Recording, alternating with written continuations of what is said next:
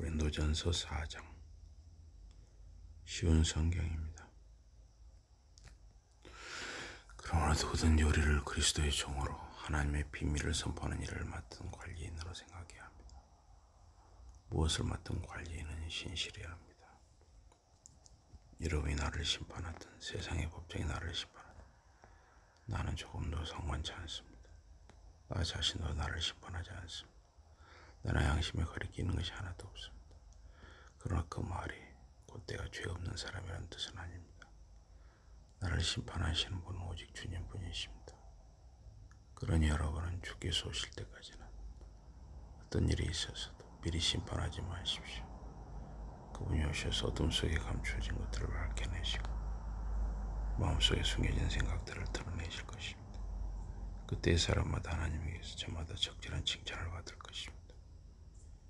형제 자매 여러분, 저는 여러분을 위해 이 모든 것을 아폴로와 나 자신에게 적용하여 설명했습니다. 내가 그렇게 한 것은 여러분이 우리를 본보기로 삼아서 쓰인 것을 넘지 말아라 라는 말의 뜻을 배우게 하려는 것이었습니다.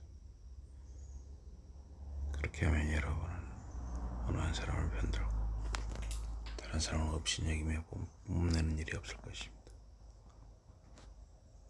누가 여러분을 다른 사람들과 다르게 보아줍니까? 여러분이 지금 가진 것 가운데 하나님에게서 받지 않은 것이 있습니까? 모두가 받은 것인데 어찌하여 받지 않은 것처럼 자랑합니까? 여러분은 벌써 바라는 것은 다 가지고 있다고 생각합니다. 벌써 부자가 다 되었습니다. 여러분은 벌써 왕노릇을 하고 있습니다. 우리를 제쳐놓고 말입니다. 여러분이 정말로 왕이었으면 오죽이나 좋겠습니까? 그러면 여러분과 함께 우리도 왕노릇 좀 해볼 수 있겠습니다. 그러나 하나님께서는 나와 다른 사도들에게는 가장 낮은 자리를 주신 것 같습니다. 그분은 우리를 모든 사람이 지켜보는 경기장에서 죽임을 당하기로 되어 있는 사형수들처럼 내놓으셨으니 하는 말입니다. 우리는 온 세상 사람뿐 아니라 천사들을 위한 구경거리가 되었습니다. 우리는 그리스도를 위하여 바보가 되었는데 여러분은 그리스도 안에서 그렇게도 지혜로운 사람이 되었습니다.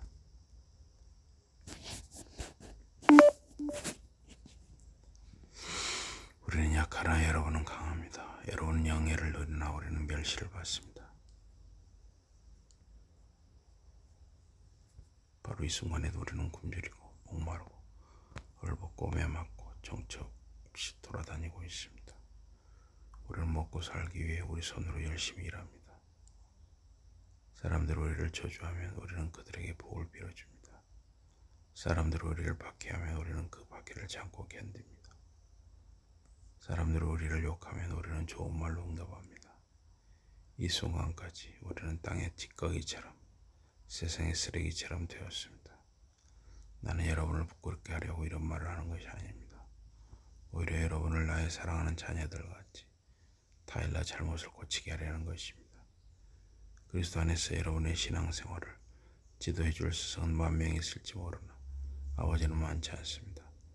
기쁜 소식을 통하여 나는 그리스도 예수 안에서 여러분의 아버지가 되었습니다.